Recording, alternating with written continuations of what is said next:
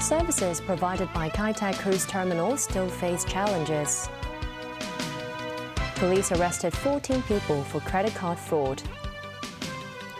Former Pakistani Prime Minister Imran Khan has been arrested.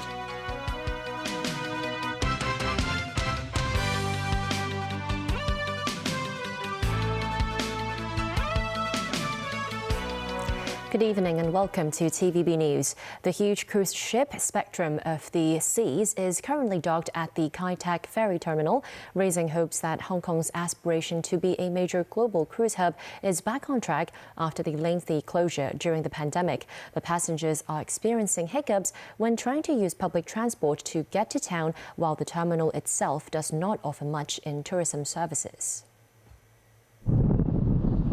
It's the second day since Spectrum of the Seas docked in Hong Kong. The vessel has a capacity of 5,600 people. Tourists from all over the world said they could not wait to see for themselves what a food paradise Hong Kong is. We want to go and eat your local food. Your wanton mee, like noodles, and we go walk the old Kowloon area. We really wanted to do hot pot. That was like one of our, and just, dim sum, get the shumai, hot cow. And, just food. We love food. So I'm very excited to be here and try all that. However, tourists have to get to town via public transport, and the process can be hectic. This morning, long queues were seen outside minibus and bus stops traveling from the cruise terminal to Kai Tak, Kowloon Bay and Kowloon Tong. 45 minutes. It's not very good. We traveled many times already. Cabs never like this long. They should have the MTR to come here. Now Tau Kok Station is the nearest MTR station to the cruise terminal, but it's 4 kilometers away, which takes at least an hour to walk. Travellers had to wait and get out because retail shops and restaurants are limited at the terminal, and there's only one currency exchange shop in the concourse. Some shops were closed on the second floor. A bit disappointed because I thought it's supposed to have a lot of shop here, but in the end there's no shop and no shopping, so we have to actually take bus out. If they can improve in this area, then I think that is okay. I expect to see some restaurants where I can just refresh and all that kind of stuff, eat some good food. This marks the 10th year since the Kai Tak Cruise Terminal opened for business. Back in 2013, some cruise companies had already complained about not having enough facilities to cope with traffic. The Hong Kong Tourism Board says a monorail system connecting the pier was originally included in the Kai Tak development plan. But the plan was shelved, and the lack of traffic is still a problem 10 years on. Police arrested 14 individuals suspected of making multiple purchases at a well-known electronics store in Causeway Bay with stolen credit cards and debit cards before reselling the products. The goods are worth over $1 million. Officers said frontline staff at the store should check the identities of suspicious customers paying with credit cards. Authorities have received reports since June of purchases made with stolen credit cards. 12 men and 2 women aged between 22 and 52 have been arrested. This includes Hong Kong and mainlanders. 5 individuals have been charged with fraud and money laundering. The police also seized around 50 mobile phones, as well as a batch of credit cards and debit cards. The individuals were found to have used the cards to buy electronics at a store at Hysan Place Mall before reselling them. The store was involved in 21 such incidents in just the last 2 months. Currently, civil servants may be forced to take early retirement if they fail to consistently perform their duties well enough. But owing to complicated bureaucratic procedures, the dismissal process may take up to a year. The government is now suggesting ways to simplify the process, such as suspending salary increments and reducing opportunities for appeal. Timothy Lee reports. Under Chief Executive John Lee's administration, authorities are making efforts to improve the performance of civil servants through various means. Civil servants with lackluster work performance will first be counseled. If there are no observable improvements, authorities will take action under Section 12 of the Public Service Administration Order. Public servants will then be subject to an assessment report and an observation period. If they continue to demonstrate substandard performance, they will be mandated an early retirement. But they have 4 opportunities to appeal. Because of complicated bureaucratic procedures, the entire process may take up to a year. In a bid to simplify the process, the Civil Service Bureau suggested some new measures. They include reducing civil servants' chances to appeal from 4 to 2. The Bureau will also issue a proposed retirement notice. The observation period will only be allowed for one extension under special circumstances. Leung Xiaoting, a spokesperson for the Civil Services Labor Union, emphasized the importance of protecting a civil servant's chances to appeal. Meanwhile, Secretary for Civil Service Ingrid Yeung stressed that the government must be decisive in the removal of civil servants with substandard performance, adding that they could be a detriment to government morale. Yeung said authorities plan to announce the new procedures within this year. Timothy Lee, TVB News. Overseas in Pakistan, police arrested former Prime Minister Imran Khan in the eastern city of Lahore today after a court sentenced him to 3 years in prison for illegally selling state gifts. Imran Khan was believed to be in one of these cars after his arrest in Lahore. It came after a court convicted him in an asset concealment case, handing down a sentence that could see him barred from politics. The Islamabad court issued the arrest warrant after convicting Khan, with police quickly taking him from his home to the capital. The former Prime Minister was ousted from power in a no-confidence vote in the parliament in April 2022. The 70-year-old was accused of misusing his position to buy and sell gifts in state possession valued at more than $600,000 US. Representatives of some 40 countries will be in Saudi Arabia this weekend for talks on finding a peaceful settlement to the war between Russia and Ukraine. Russia has not been invited. Some delegates admit discussions will be difficult as Ukraine seeks consensus on the principles for a peace plan. However, Kiev received a boost on Friday when Beijing said it would send a representative to the talks. Nasvi Karim with more. It's a diplomatic coup for Ukraine and President Volodymyr Zelensky. China said it would send a senior official to Jeddah, Saudi Arabia, for weekend talks involving some 40 countries on finding a peaceful settlement to the Russia-Ukraine war. Chinese Special Envoy for Eurasian Affairs Li Hui, who was in talks with Ukrainian Foreign Minister Dmytro Kuleba in May, will represent Beijing in the meeting. Beijing is seen as having a close relationship with Moscow, which will not be represented at the meeting. Wang Wenbin, a spokesman at the Chinese Foreign Ministry, said China is willing to work with the international community to continue to play a constructive role in promoting a political solution to the crisis in Ukraine. China was invited to a previous round of talks in Copenhagen in late June but did not attend. Zelensky, expressing his gratitude to Saudi Arabia, said he hoped the initiative would lead to a global peace summit in autumn to endorse the principles based on his own 10-point plan. On the battlefront, footage has emerged of an attack on a Russian warship at a Black Sea Navy base by a Ukrainian naval drone. Russia said it fended off the attack, but footage shows a hit on the ship Olenogorski Gornyak at the Novorossiysk base. Ukrainian intelligence source said the naval vessel is unable to carry out combat missions, adding that Russian statements about a repelled attack are fake. Meanwhile, Zelensky on Friday met former New Jersey governor and 2024 U.S. presidential candidate Chris Christie. Christie toured ravaged villages, saying what he saw further impressed him that the U.S. should continue to help Ukraine fend off the invasion. His concerns about wanting to end the war as quickly as possible, and that his requests for more weaponry and different types of weaponry, like the F-16s in particular, he explained, were all motivated by him wanting to end the war more quickly. Nazri Karim, TVB News. The defense chiefs of a group of West African countries, ECOWAS, are planning for potential military intervention in Niger to reverse last week's coup. At a meeting in Nigeria, the ECOWAS Commissioner for Political Affairs said the group is determined to restore democracy to Niger.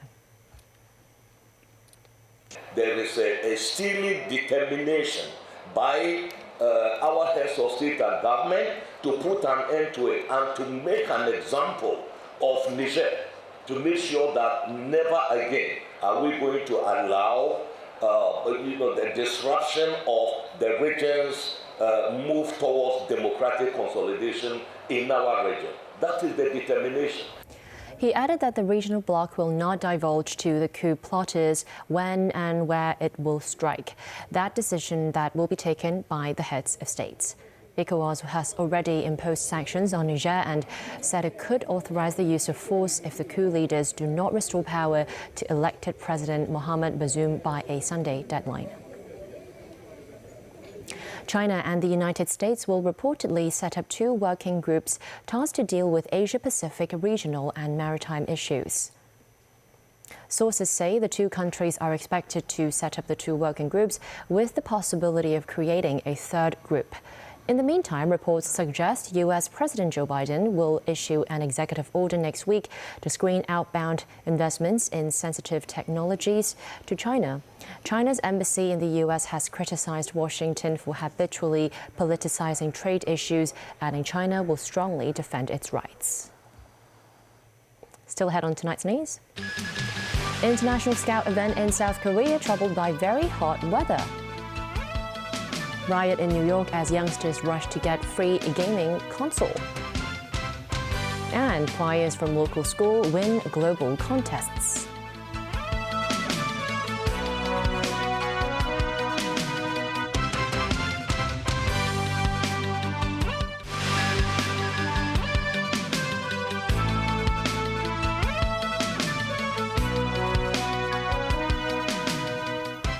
Welcome back to TVB News. In South Korea, a major international Scout event faced calls to be cancelled today over extreme heat and weather conditions as many participants suffered from heat stroke.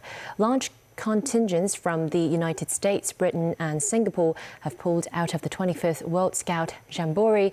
Hong Kong's representatives have been in contact with the Hong Kong SAR government but are staying put for now. Tracy Furness reports. The 25th World Scout Jamboree opened Tuesday in South Korea with great fanfare. President and First Lady, please give them a big round of applause again. South Korea's President Yoon Suk-yeol and his wife were among those present, as was celebrity adventurer Bear Grylls. But temperatures on South Korea's west coast, where the Jamboree is taking place, have been punishing, hitting 34 degrees Celsius. In some parts of the country, the mercury this week hit 38 degrees, causing the government to issue the country's highest level heat warning in 4 years. This heat wave has affected the 39,000 participants who are from 138 countries, mostly scouts aged 14 to 18, who have been camping outside. Already more than 600 people have been treated for heat-related ailments. This has forced Britain, the largest contingent with more than 4,000 participants, to move to a hotel. The United States contingent will be leaving after participating in the regular Jamboree program on Saturday, after which they will be moving to a nearby army garrison. This has upset one mother whose son is attending the Jamboree. A 100% nightmare. I mean, I think he's making the best, and he's been positive about the people he's met. But the living conditions and the disorganization has just crushed him. And he's crushed about having to spend the next week on an army base. The Secretary General of the Jamboree's organising committee insisted the event is safe enough to continue, but the World Organization of the Scout Movement has asked South Korea to consider alternative options to end the event earlier than scheduled and support participants until they depart for their home countries. The South Korean government promised more water trucks, air-conditioned spaces and medics in an attempt to save the event. Tracy Furness, TVB News. There were chaotic and dangerous scenes in New York when an online influencer promised to give away free games consoles in Union Square. Hundreds of teenagers rushed to meet Kai Cenat. As word spread on social media, it quickly became thousands. There were dozens of arrests and many injuries as police struggled to keep control. Streamer Cenat could be charged with inciting a riot. David Garrett reports. Kai's followers descended on Union Square. Numbers quickly grew from dozens to hundreds. They messaged their friends to make thousands. Kai arrived and was mobbed as the crowd grew uncontrollable, blocking streets and stopping traffic. Police had to step in to try to control the throng. Kai, who has over 6 million followers on Twitch alone, was moved away. Frustration boiled over. Pockets of violence broke out, but it seems no PlayStations were given out. We didn't get to the PS5. I don't think they even got the chance to even announce it. They just got arrested. We were just sitting there. Most of the street scenes were good-natured, with dance competitions and group photos, although in other areas punches were thrown, cars and property were attacked. Over 1,000 officers were drafted in when a construction site was broken into.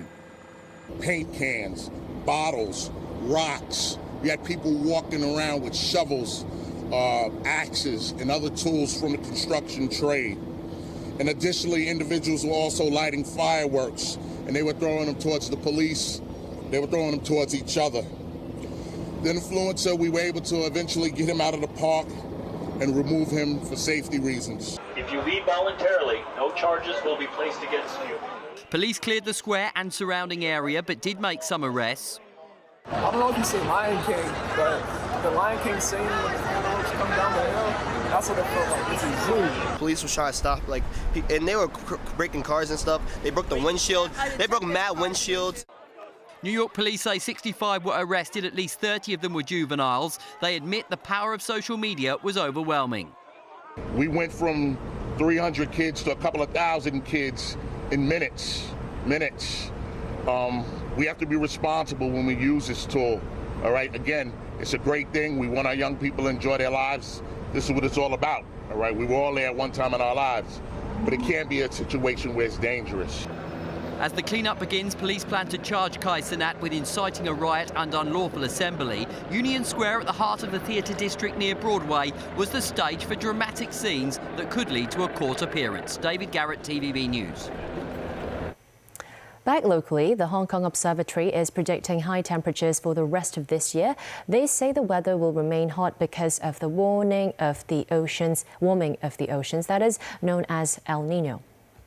The average temperature in July was 30.1 degrees Celsius, the third highest recorded at that time of the year. Observatory Director Chan Pak-wai noted with seas warming due to climate change, it will become harder to track typhoons in future. The observatory said it will introduce new technologies such as radars and artificial intelligence to assist their forecasts. 3 choirs from a Hong Kong school won 3 world champion titles at the World Choir Games this year. It was the first one to be held since the pandemic. The games took place in Gangneung, South Korea last month.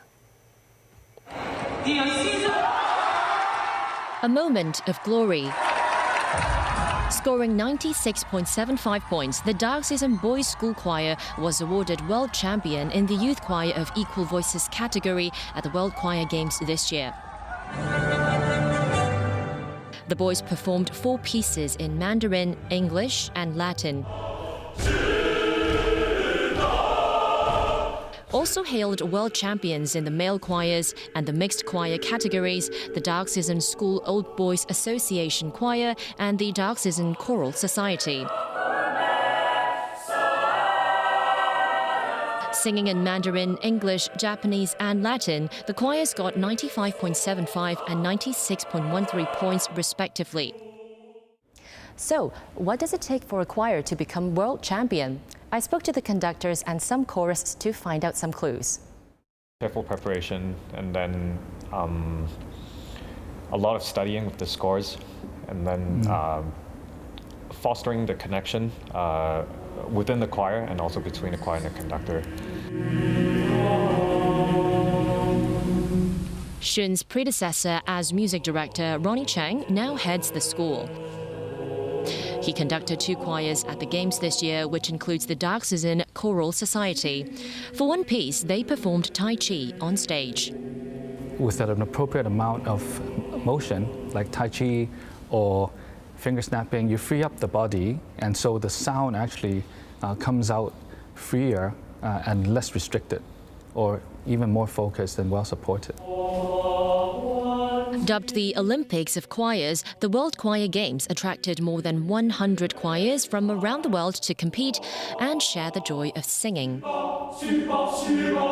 There was one member of another choir, so she was having her birthday and her friends were singing a birthday song to her. We started singing different languages of happy birthday. But it's not just fun and games. Behind the scenes, hours of practicing and getting used to the dry weather in Gangneung. There's a lot of fried foods, so it wasn't really good for our voices. We requested for non-spicy kimchi hot pot. unheard of, but it happened. Two of the choirs consist of alumni from the Diocesan Boys' School and Diocesan Girls' School who used to sing in choir when they were in school. Some of our members are actually freshmen in university, and some might already have like children. So we're actually passing the flame from generation to generation, and we hoped this tradition going as well. Each world champion is awarded with a gold medal, a trophy and a certificate. The 13th World Choir Games is set to be held in Auckland, New Zealand next year. That's the news. Thanks for watching.